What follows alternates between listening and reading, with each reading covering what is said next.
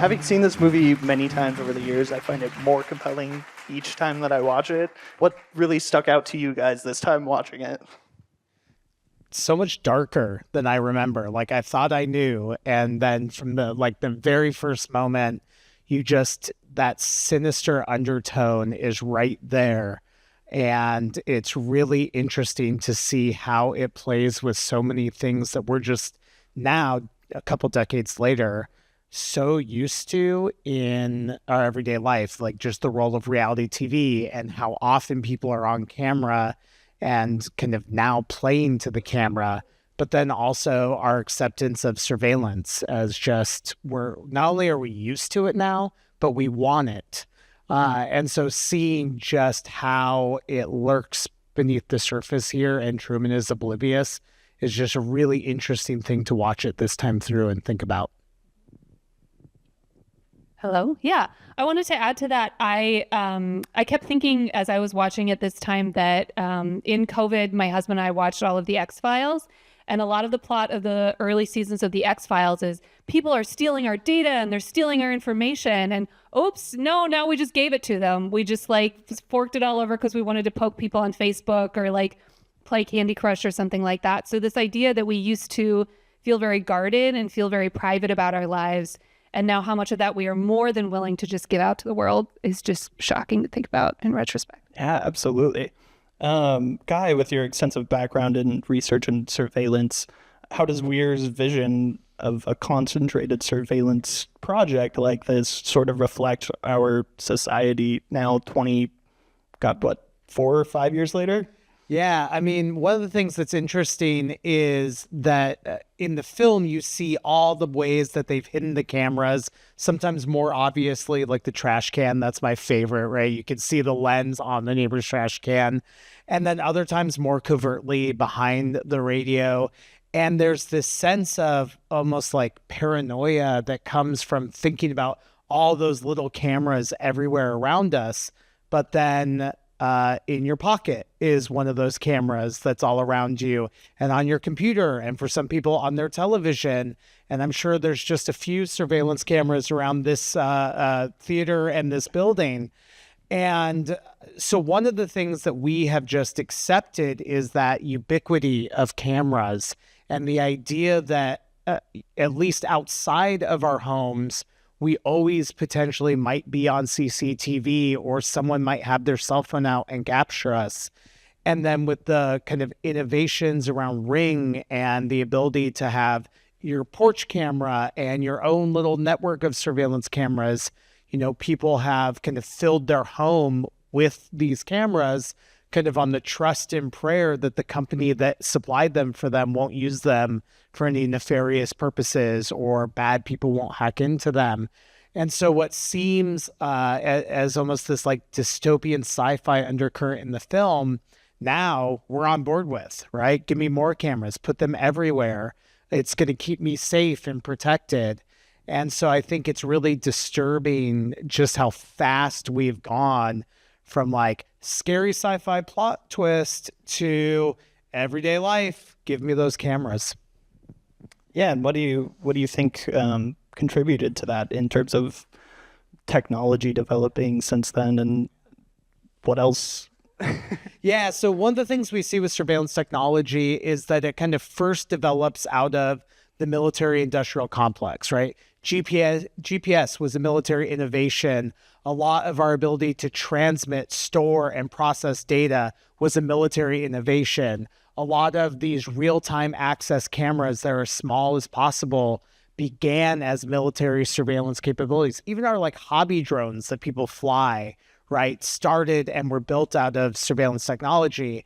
And it's an interesting twist of capitalism. And that is, once you've sold all that technology to all the military clients possible, like you've exhausted your market. So what do? Well, we have GPS on cell phones so that you never get lost. Sorry, MapQuest, you're gone. We have those cameras everywhere. We have new uses of all of this technology. You're not using drones to surveil for an adversary. You're using them to take pictures of your backyard or record fun video on your vacation. And so we found new markets and new ways to convince people that life is better if they integrate this technology.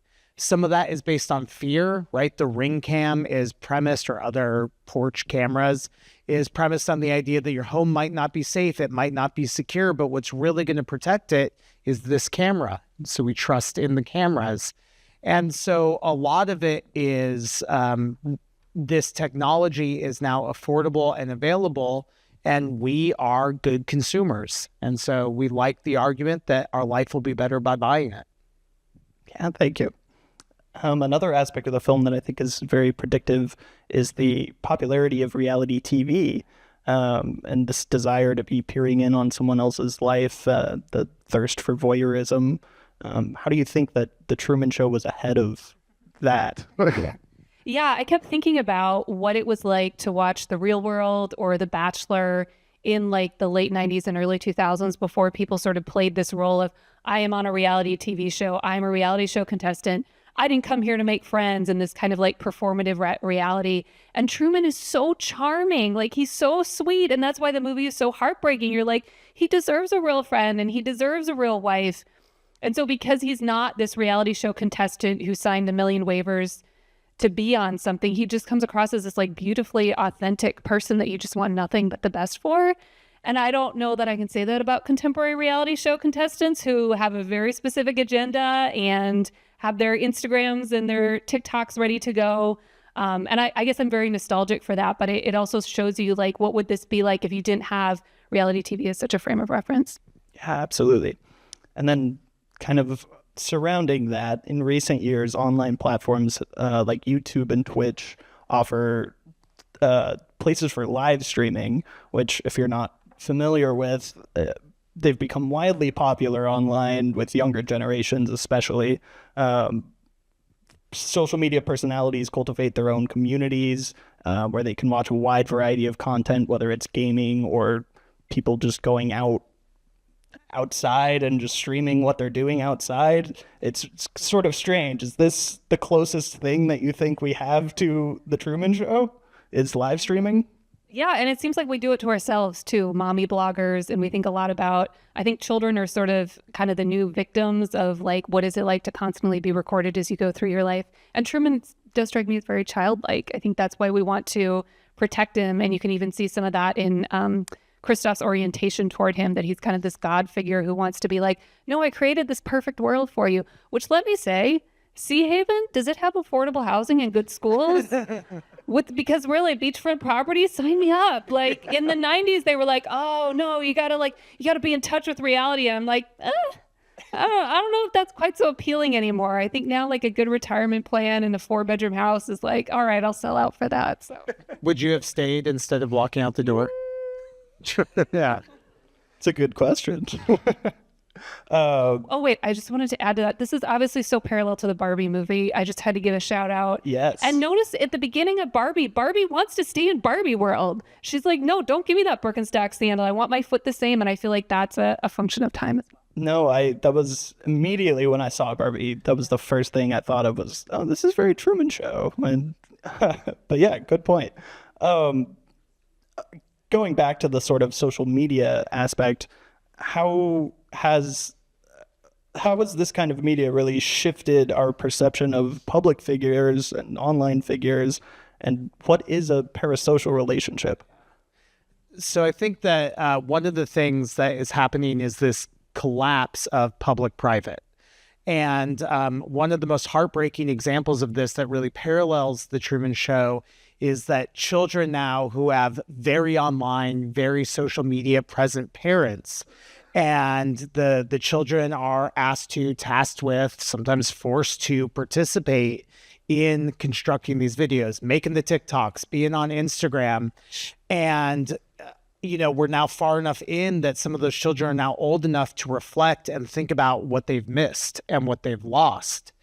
And as audience members, we're not ready to cope with the reality of the reality star, because we form, you mentioned parasocial relationships, a theory about how fans form relationships with individual characters.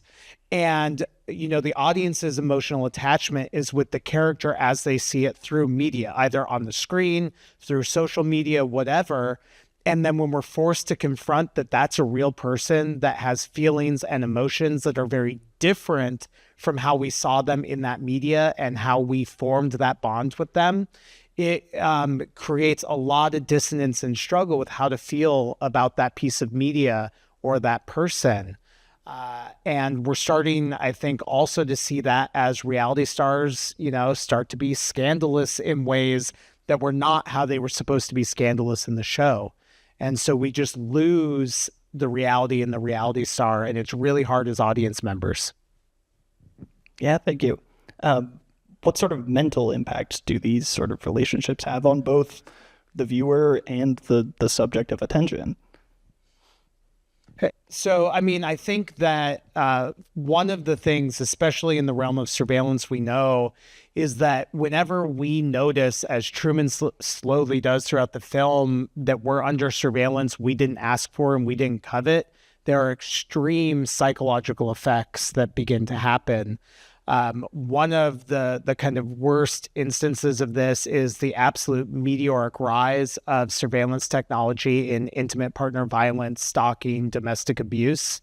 And it's something like now the majority of people who experience spousal abuse, there is some technological facilitation in that, either GPS monitoring or location tracking, logging onto their social media sites. There's a whole host here.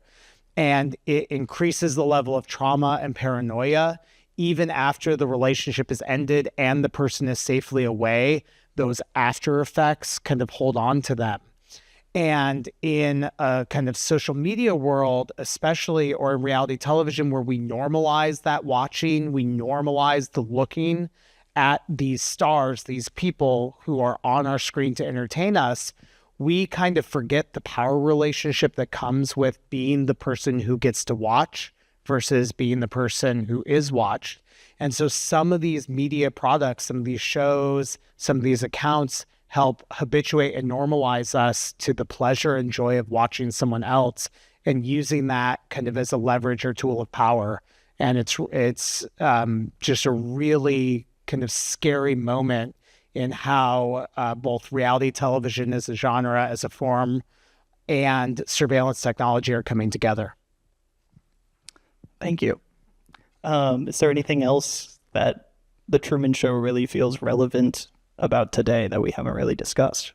I wanted to point out the moment where Laura Linney is doing the product placement feels so much like influencers, like trying to sell you pants or whatever on your feed. And you're like, why are you trying to sell me this? I'm just trying to look at a picture of a dog or whatever. And it's just like this constant barrage. And I love Truman's insane overreaction when she talks about the cocoa drink or whatever. He's like, who are you talking to? Because I feel that way all the time with so much advertising. Yeah, today, it feels almost, the shame is removed. It's like everything is just right there. It's just the hustle, right? You got to make $1. Yeah. Yeah.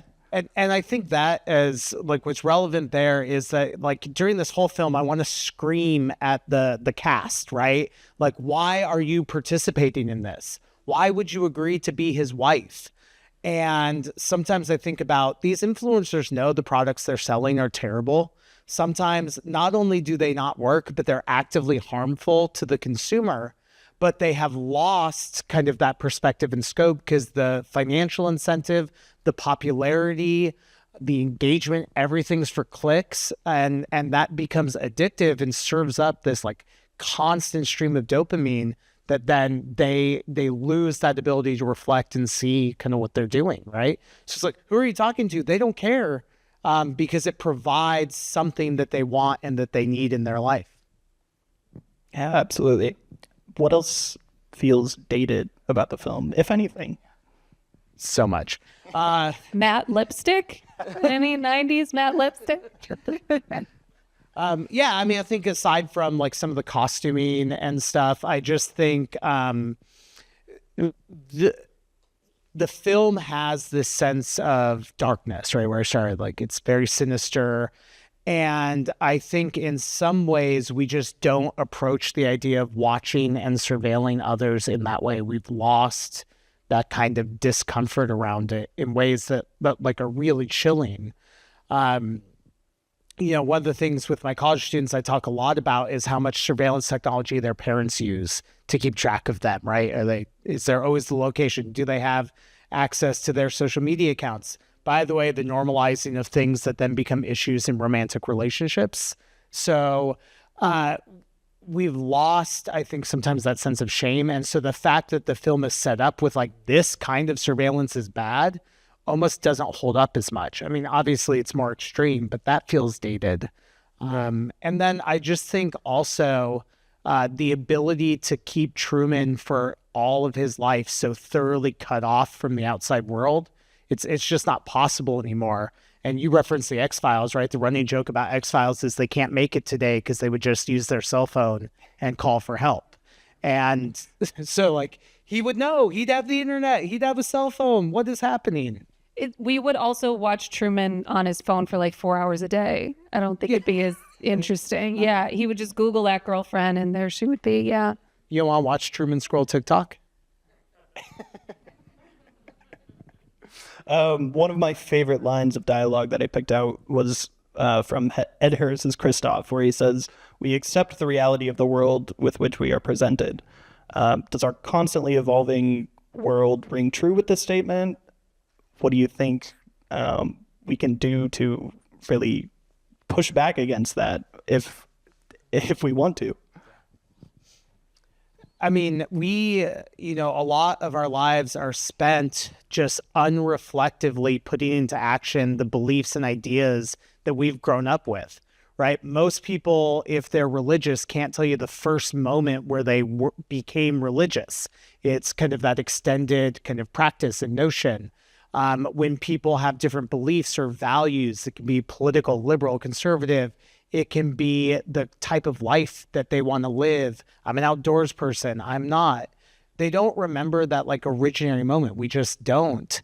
And so we begin to take all of those systems, all of those things that we've learned about the world and how to understand it for granted, and we don't reflect on it.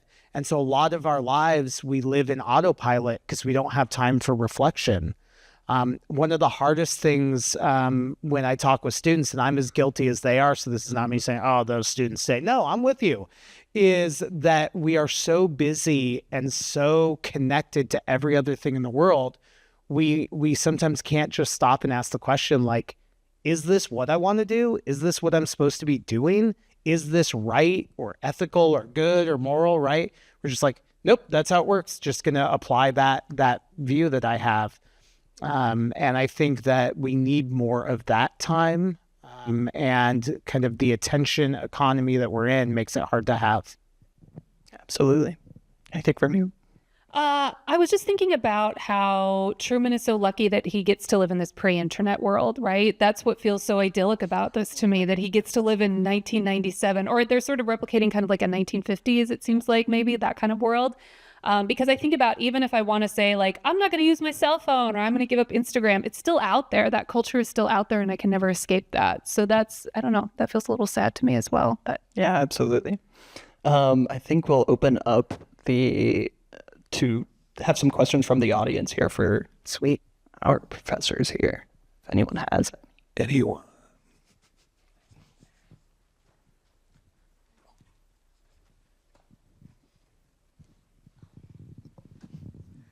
I'm curious about the ethical question of a corporation or a movie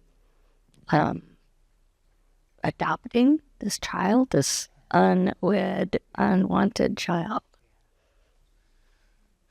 I mean, that's one of the moments that feels so dystopic. And there's a reason that both kind of dystopian thriller, I don't know if this really qualifies as sci-fi, but also a lot of dystopian sci-fi, the corporation is the bad guy, right? I love the Aliens films, right? It's my favorite my favorite film is Aliens. Aliens close second.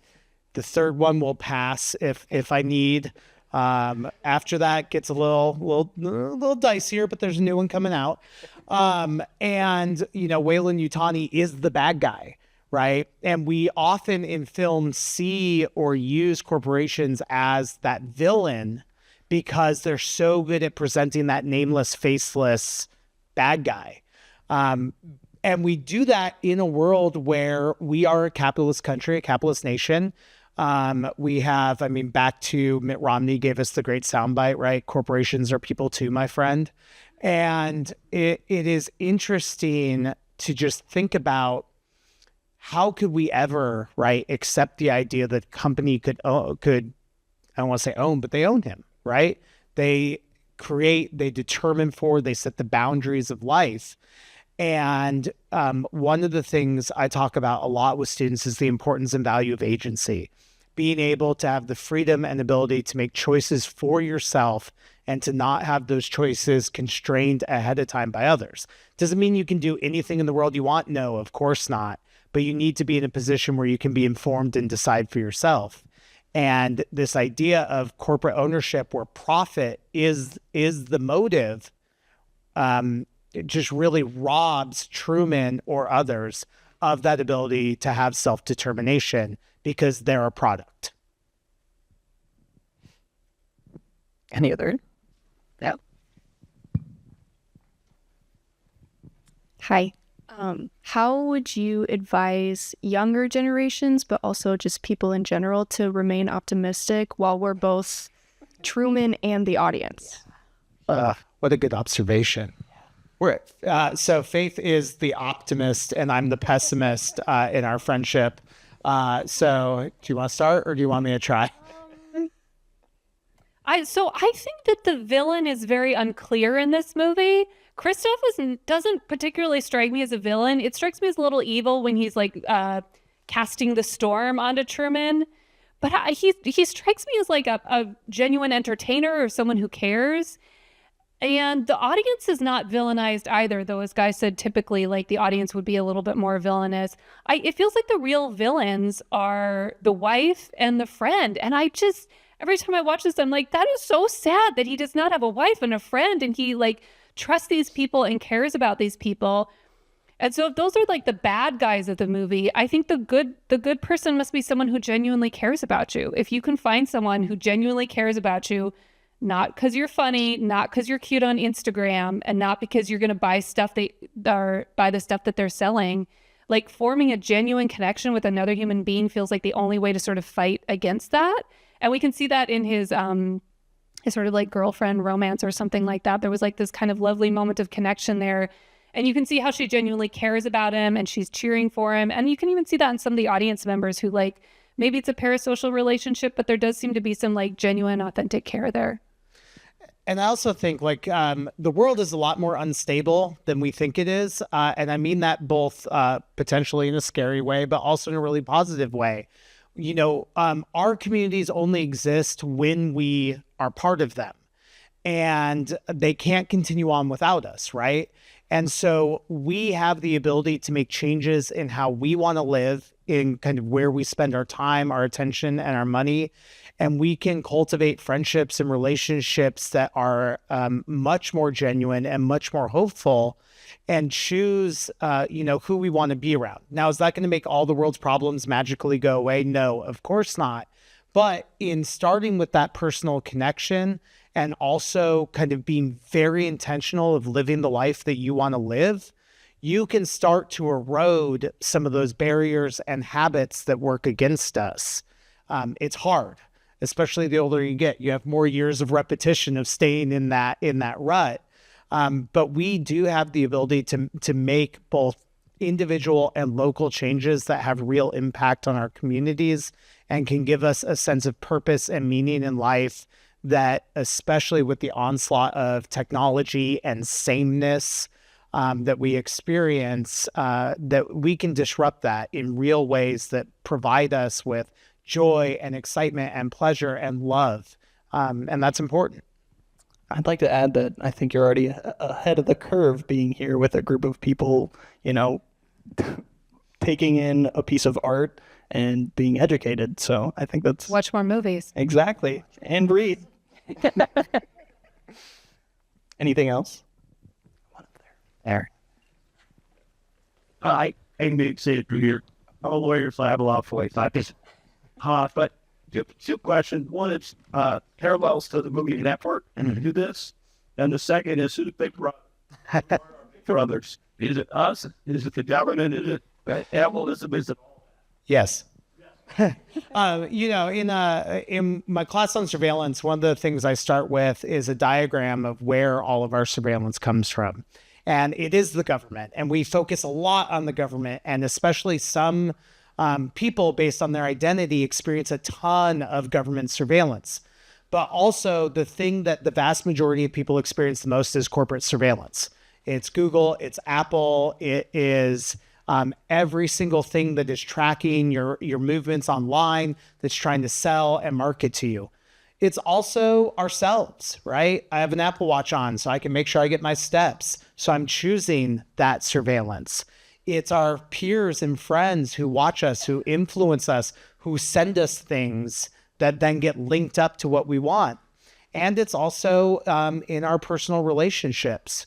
And so one of the things that's hard right now about resisting surveillance is it is so deeply integrated in so many areas that we might say government surveillance is bad, and we're going to push back and fight against that, and all the while not looking at some of these other areas.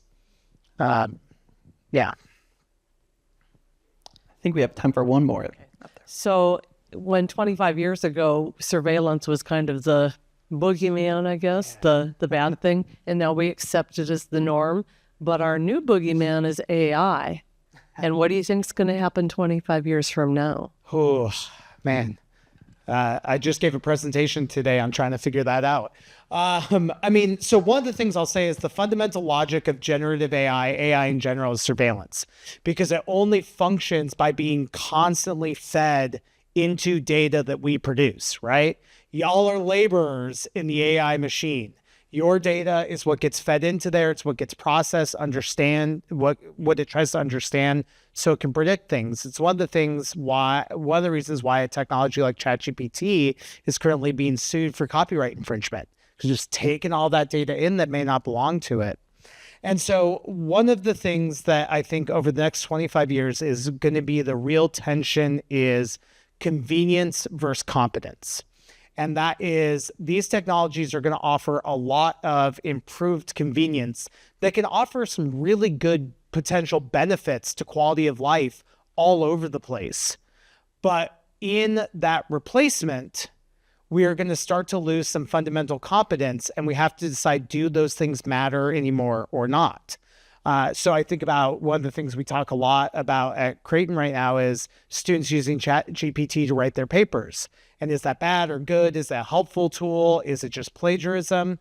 And it's animating this fear between, if we can get students to a deeper level of knowledge and exploration, and that tool helps them do it, that's a win. If they lose the fundamental ability to write engagingly and critically and without the help of this external tool, that's a loss. And so I think the next decade or so, or 2.5, as you said, is going to be about trying to find that balance between competence and convenience. And how do we hold on to our humanity, even as lots of things that we think about as part of our core identity become automated? Thank you. I think that is all the time we have tonight. Thank you guys for both joining.